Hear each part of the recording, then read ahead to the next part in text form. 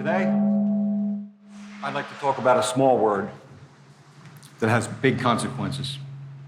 It's a word that can change the way you think about yourself, change the way you feel about others, and if spoken to the person whom especially deserves to hear it from you, well, it could just change two lives in an instant.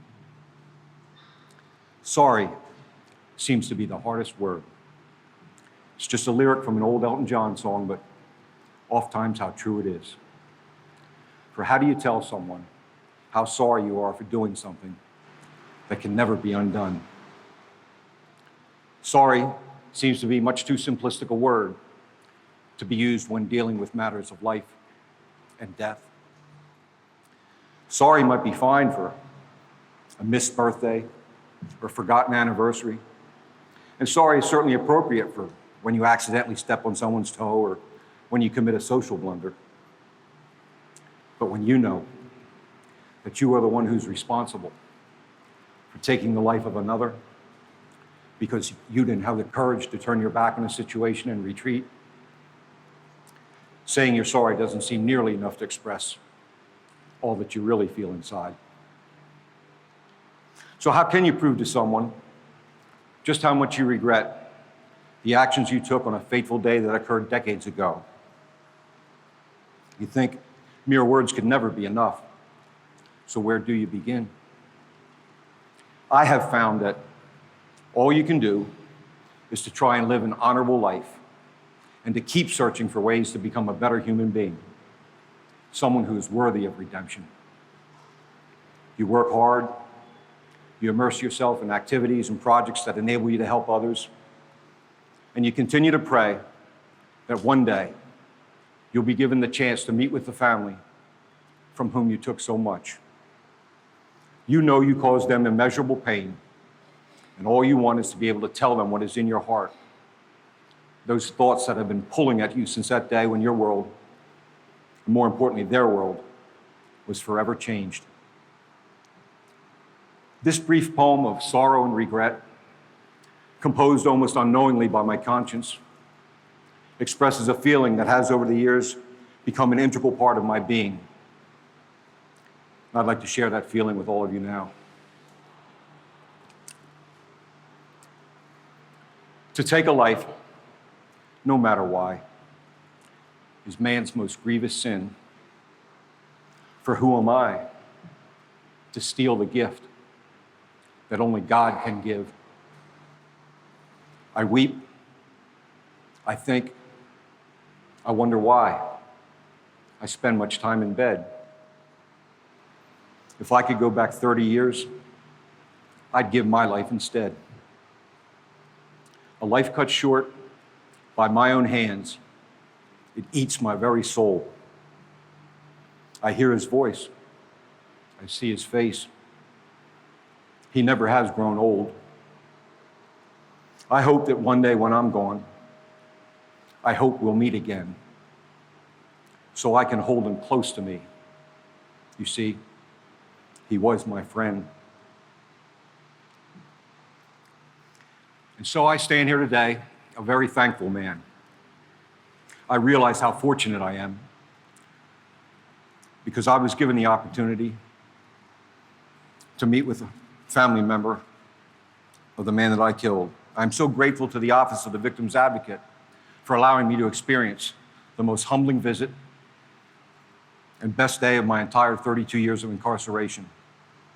Really, aside from the birth of my children and grandchildren, that day was the best day of my life.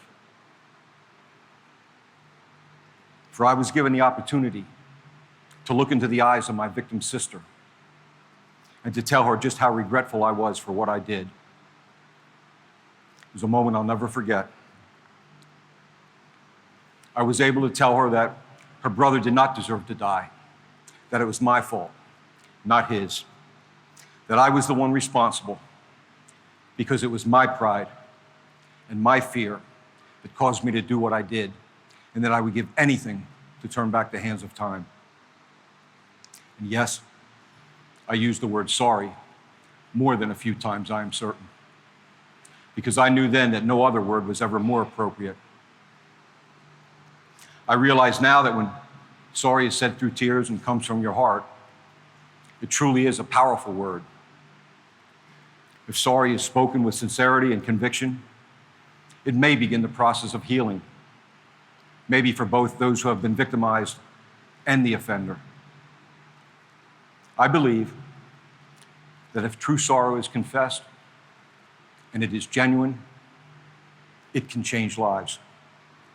I know this because it changed mine. When my visitor told me of all the pain and anguish that I had caused her and her family, I felt so small, so ashamed of myself. I had always known that what I did must have brought much harm and hurt to them. But hearing about it face to face, it was agonizing, but well-deserved. And then she told me of the family vigil that lasted throughout the night at the hospital, where they watched their brother cling to life, only to see him pass away before their eyes in the morning. I felt such guilt I could barely speak.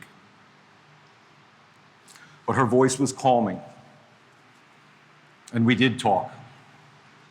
And the more that we talked, the more that burning sensation that I was feeling in my stomach and chest started to evaporate.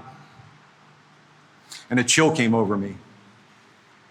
And I began to feel lighter, like a heavy weight was being lifted off of my entire body.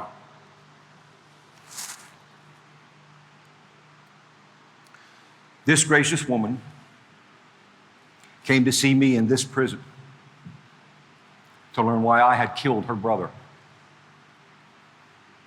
She had every right, every reason to despise me.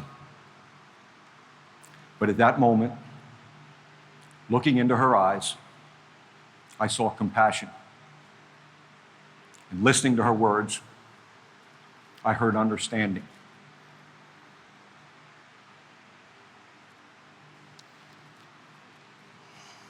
I took her brother's life, but by her grace, she made mine whole again. For half my life, I yearned to tell her and her family of my remorse. And when we hugged each other that day before parting, I knew then that my hopes and prayers had finally been answered. You see, sorry can be spoken, but remorse has to be felt, heartfelt, to the marrow, deep within your soul felt. Sorry, regret, guilt, all just words that describe feelings. However, if those feelings become a part of who you are and cause you to live differently, well, then maybe you are experiencing true remorse.